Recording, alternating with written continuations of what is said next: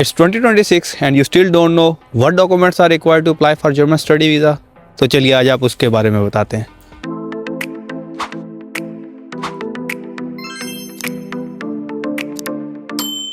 तो आज की इस वीडियो में मैं आपको ये बताने वाला हूँ कि किस तरीके से जर्मन स्टडी वीज़ा जो काउंसलर पोर्टल सिस्टम है उसके अंदर एप्लीकेशन फाइल की जाए ताकि हम वेटिंग लिस्ट में जिस वक्त जाए तो हमें कम से कम करेक्शन आने के चांसेस हों। कि जितने भी डॉक्यूमेंट आपने स्कैन करने हैं वो कोशिश करके आपने कैम स्कैनर को यूज़ नहीं करना। आपने प्रॉपर फोटोकॉपियर या प्रिंट शॉप के ऊपर जाना है और उधर जाकर अपने डॉक्यूमेंट्स प्रॉपर स्कैन करने हैं और उनको एक एक डॉक्यूमेंट को नेम करना है। डॉक्यूमेंट्स के अंदर जो top of the list document है वो है सबसे पहले आपका पासपोर्ट। सो पासपोर्ट के अपने फर्स्ट 4 पेजेस जो है वो स्कैन करने हैं। उसके बाद आ जाती है आपकी सीवी जो है आपने बेहतर ये है कि आप यूरोपास फॉर्मेट के अंदर बनाएं। वैसे आप किसी भी फॉर्मेट में बना सकते हैं बट रिकमेंड ये किया जाता है कि आप यूरोपास फॉर्मेट के अंदर बनाएं। उसके बाद आ जाता है आपका स्कूल लिविंग सर्टिफिकेट। सो अब अगर तो आप बैचलर वीजा के लिए अप्लाई कर रहे हैं तो आपका जो स्कूल लिविंग सर्टिफिकेट कंसीडर होगा वो आपके इंटरमीडिएट का जो डॉक्यूमेंट है जो सर्टिफिकेट है वो आपका स्कूल लिविंग सर्टिफिकेट कंसीडर होगा। लेकिन अगर तो आप मास्टर्स के लिए अप्लाई कर रहे हैं तो जो आपका स्कूल लिविंग सर्टिफिकेट है वो अंडर ग्रेजुएट का जो सर्टिफिकेट डिग्री और ट्रांसक्रिप्ट ये 2 चीजें जो है ये आपका स्कूल लिविंग सर्टिफिकेट कंसीडर होंगी। स्कूल लिविंग सर्टिफिकेट के बाद हम चलते हैं recognition of school leaving certificate. Recognition of school leaving certificate हासिल करने के लिए आपने सबसे पहले क्या करना है कि अनाबिन की वेबसाइट के ऊपर जाना है anabin.de। उधर जाके आपने अपनी यूनिवर्सिटी का नाम लिखना है। यूनिवर्सिटी का नाम लिखने के बाद आपको उसके सामने H+ का स्टेटस शो होगा। उसको आपने उधर डाउनलोड का ऑप्शन है, डाउनलोड करके एज PDF उसके बाद उसको ये नेम देके recognition of school leaving certificate आपने उसको अपलोड करना है। उसके बाद आ जाता है लेटर ऑफ इंटेंशन और लेटर ऑफ मोटिवेशन। ये फ्रीली रिटन लेटर है जो कि आपने खुद लिखना है और उसके बाद इसको PDF में कन्वर्ट करके लेटर ऑफ इंटेंशन का नाम देके इसे अपलोड करना है। लेटर ऑफ इंटेंशन के बाद जो आपका मेन डॉक्यूमेंट है वो है एडमिशन लेटर जो कि आपको ऑब्वियसली जर्मन यूनिवर्सिटी ग्रांट करेगी। अब एडमिशन लेटर के ऊपर मैं थोड़ा सा एक डॉक्यूमेंट और ऐड करता चलूं कि जो टैब है admission letter from a full time German university उसके अंदर जैसे ही आपको एडमिशन लेटर मिलेगा तो आपने अपने आप को उसके अंदर एनरोल भी कर लेना है। तो एनरोलमेंट सर्टिफिकेट और एडमिशन लेटर ये दोनों को मर्ज करके भी आप अपलोड कर सकते हैं।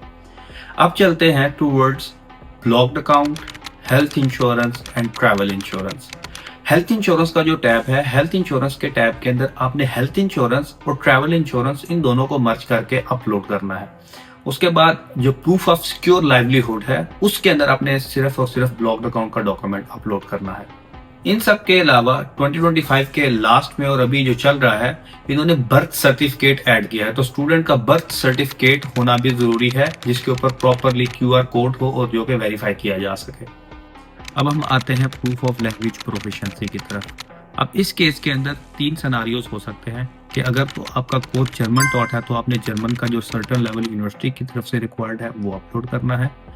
उसके अलावा अगर आपको यूनिवर्सिटी की तरफ से आइट्स रिक्वायर्ड है और आपका जो कोर्स है वो इंग्लिश टॉट है तो आपने आइट्स की जो भी रिक्वायर्ड डॉक्यूमेंट है वो अपलोड करना है। और अगर दोनों ही रिक्वायर्ड नहीं है और आपने इंग्लिश प्रोफिशिएंसी लेटर के ऊपर जो है अपना एडमिशन लेटर हासिल किया हुआ है तो आपने इंग्लिश प्रोफिशिएंसी लेटर जो है वो अपलोड करना है। Keep one thing in your mind के जितने भी मैंडेटरी डॉक्यूमेंट हैं ये आपने अपलोड करने हैं। उसके बाद आप वेटिंग लिस्ट के अंदर जा सकते हैं। ये सब थे मैंडेटरी डॉक्यूमेंट्स। उसके बाद आ जाते हैं कुछ ऑप्शनल डॉक्यूमेंट्स। अब ऑप्शनल डॉक्यूमेंट्स के अंदर जो एक नई चीज ऐड की गई है 2025 के एंड के अंदर वो है residence permit in your country of stay. अब अगर तो वो कंट्री ऑफ स्टे आपका पाकिस्तान है तो आपने अपना NIC जो है वो इसी तरीके से स्कैन करके अपलोड करना है। उसके अलावा अदर डॉक्यूमेंट्स का ऑप्शन है। अदर डॉक्यूमेंट्स के अंदर आप कोई भी अदर डॉक्यूमेंट्स अपलोड कर सकते हैं जिसके बारे में आपको लगता है कि ये आपके केस को और ज्यादा स्ट्रांग बनाएंगे। वो अदर डॉक्यूमेंट्स उनके अंदर आपकी इंटर्नशिप्स आ सकती है, इंटर्नशिप लेटर्स आ सकते हैं, आपका वर्क एक्सपीरियंस आ सकता है। इवन के वो वर्क एक्सपीरियंस आपकी फील्ड से रिलेटेड नहीं भी है तो वो आपके जो स्टडी गैप है उसको जस्टिफाई करने के लिए बहुत ज्यादा आपको हेल्पफुल साबित हो सकता है और आपके केस को मजीद स्ट्रॉन्ग कर सकता है। तो अदर डॉक्यूमेंट्स के अंदर आप सारे डॉक्यूमेंट्स को इकट्ठा करेंगे, मर्ज करेंगे और उसको अदर डॉक्यूमेंट का नाम देके अपलोड कर देंगे। एक बहुत ही इंपॉर्टेंट चीज जिसका आपने इस सारे प्रोसेस के अंदर ख्याल रखना है वो पहली चीज़ ये है कि जितने भी मैंडेटरी डॉक्यूमेंट्स हैं वो अपलोड किए बगैर आप वेटिंग लिस्ट नहीं ज्वाइन कर सकते।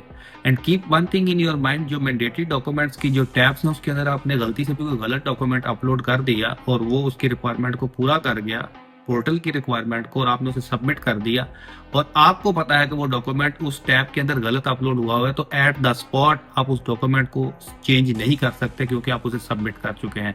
अब आपने उस वेटिंग लिस्ट के अंदर रहना है और आप प्रिलिमिनरी व्यू के अंदर जाएंगे। उसके अंदर जाने के बाद एम्बेसी एक दफ़ा इन सारे डॉक्यूमेंट्स को आपके लिए दोबारा ओपन करेगी और आपको बोलेगी कि आप एक दफ़ा इन दोबारा डॉक्यूमेंट को चेक कर लें और अगर कोई चीज़ चेंज करनी है तो वो चेंज करके अपडेटेड जो डॉक्यूमेंट है वो अपलोड कर दें। उस अपलोड करने के बाद डॉक्यूमेंट इसको उस रिव्यू के अंदर लेके जाएगी और आपको अगर फर्दर जो है आप उन डॉक्यूमेंट्स की रिक्वायरमेंट्स के ऊपर पूरा नहीं उतरे तो आपको करेक्शन भेजेगी। वो keep one thing in your mind, ध्यान रखें कि आप जिस वक्त आप इनिशियल फेज के अंदर डॉक्यूमेंट्स अपलोड कर रहे हो तो आपने सारे के सारे सही डॉक्यूमेंट सही टैब के अंदर ही अपलोड करने हैं। तो ये थी वो डॉक्यूमेंट्स की लिस्ट एंड द वे कि आपने किस तरीके से अपने डॉक्यूमेंट्स को प्रिपेयर करना है और अपलोड करना है। मैं हर वो चीज़, हर वो लिंक जिसका मैंने मेंशन किया है वीडियो के अंदर, वो मैं अपनी डिस्क्रिप्शन के अंदर डाल दूंगा, जैसा कि यूरोपास का मैंने मेंशन किया या अनाबिन का मेंशन किया, तो ताकि आपके लिए आसानी हो कि आप डायरेक्टली उधर से जाके जो जो चीज़ें बताई गई हैं उनके ऊपर अमल कर सकें।